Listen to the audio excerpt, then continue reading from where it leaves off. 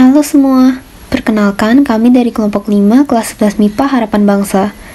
Pada kesempatan kali ini, saya akan menjelaskan beberapa faktor yang mempengaruhi laju reaksi. Faktor berikut yang akan kita bahas yaitu konsentrasi, luas permukaan, dan suhu. Pertama, kita akan bahas konsentrasi dengan menggunakan balon dan soda kue. Pada proses berikut, kita akan mencampurkan soda kue dalam dosis yang berbeda ke dalam cuka dan menghitung waktu yang dibutuhkan untuk balon dapat menggelembung hingga mencapai titik paling besar. Siapkan bahan-bahan yang diperlukan, yaitu cuka dapur, soda kue, 3 botol air mineral kosong, dan 3 buah balon dengan warna yang berbeda. Sekarang, mari kita lihat percobaan berikut. Langkah pertama yang akan kita lakukan adalah masukkan 1 sendok soda kue ke balon pertama, dilanjutkan dengan 2 sendok soda kue pada balon kedua, dan 3 sendok soda kue pada balon ketiga.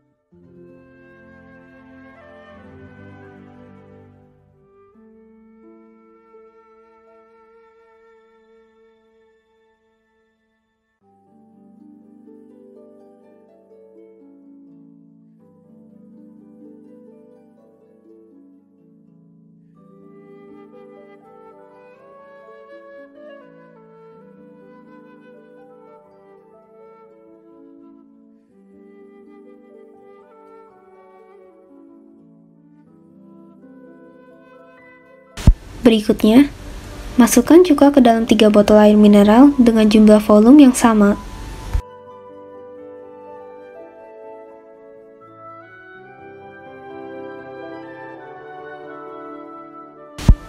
Langkah berikutnya, kita masukkan ujung balon ke ujung botol secara kuat, tetapi pastikan tidak ada satupun soda kue yang masuk ke dalam cuka.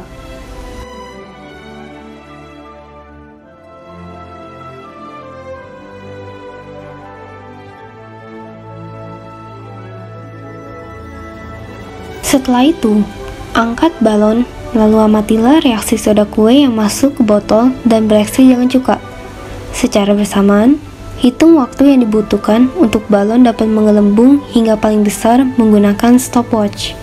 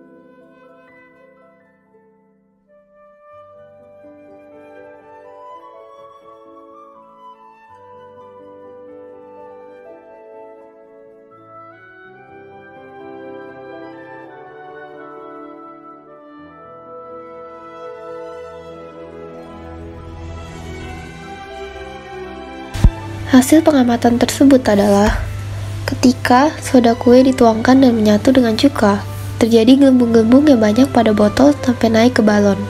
Gelembung-gelembung gas tersebut adalah gas karbon dioksida yang dapat mendorong gas oksigen di atasnya sehingga lama-kelamaan balon yang tadinya kecil akan berubah menjadi lebih besar sampai sudah tidak ada. Kesimpulannya adalah besar kecilnya balon yang mengembang juga bergantung pada besar kecil takaran soda kue yang dicampurkan. Semakin besar takaran, maka balon mengembang semakin besar.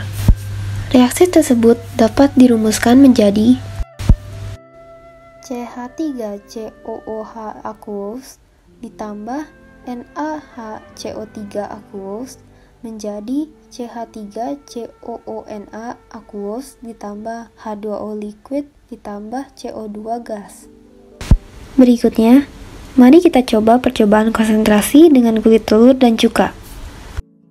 Untuk alat dan bahan, siapkan cuka dapur, 3 cangkang kulit telur, 3 wadah plastik yang sudah diberi tanda, dan stopwatch.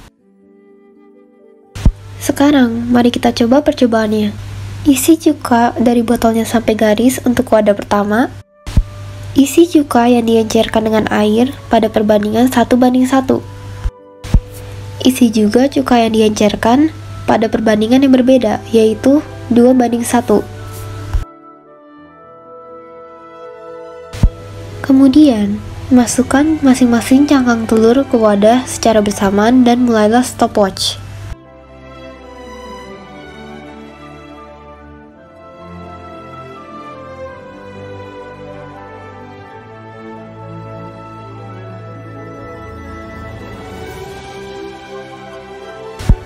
Ini adalah perkembangan setelah 11 menit.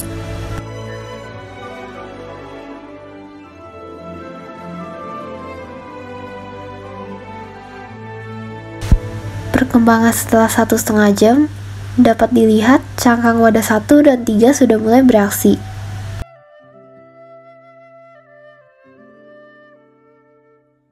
Perkembangan setelah 4,5 jam, semua cangkang sudah terlihat bereaksi.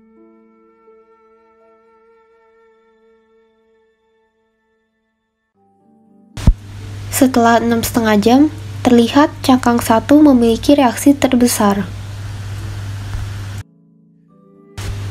Dapat disimpulkan bahwa konsentrasi cuka dapat mempengaruhi laju reaksi pada cangkang, di mana lebih tinggi konsentrasinya, lebih cepat laju reaksinya. Cangkang pertama merupakan cangkang yang mengalami reaksi karena konsentrasi cukanya yang tinggi. Sedangkan cangkang kedua merupakan cangkang terakhir yang mengalami reaksi karena konsentrasi cukanya yang rendah. Sekarang, mari kita bahas faktor laju reaksi pada luas permukaan. Siapkan bahan-bahan terlebih dahulu, yaitu 3 tablet CDR, kantong plastik, 3 gelas, dan stopwatch. Isi ketiga gelas dengan air yang sama banyak. Siapkan 3 tablet CDR. Tablet pertama dibiarkan saja. Tablet kedua dibagi menjadi 4 bagian, dan tablet 3 digerus di dalam kantong plastik hingga menjadi serbuk. Setelah itu, masukkan tablet satu persatu ke dalam gelas yang sudah tersedia. Jangan lupa untuk mengukur dan mencatat waktu tablet hingga larut sepenuhnya.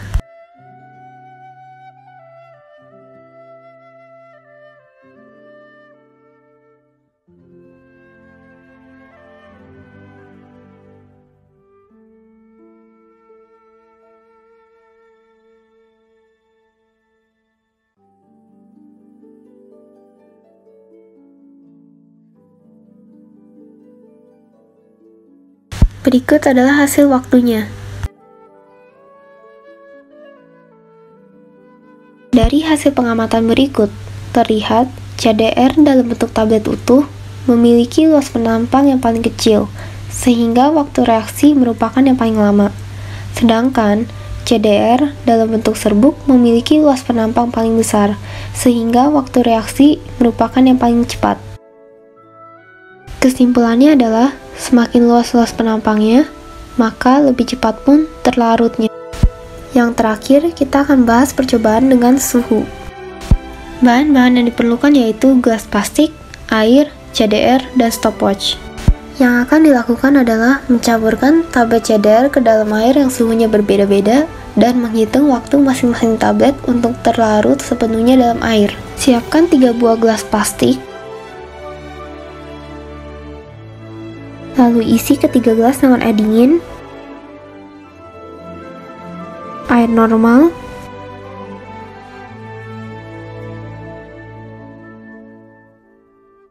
dan air panas. Masukkan tablet CDR pada masing-masing gelas dan hitung waktu reaksinya dengan menggunakan stopwatch. Catat juga hasil waktu tersebut.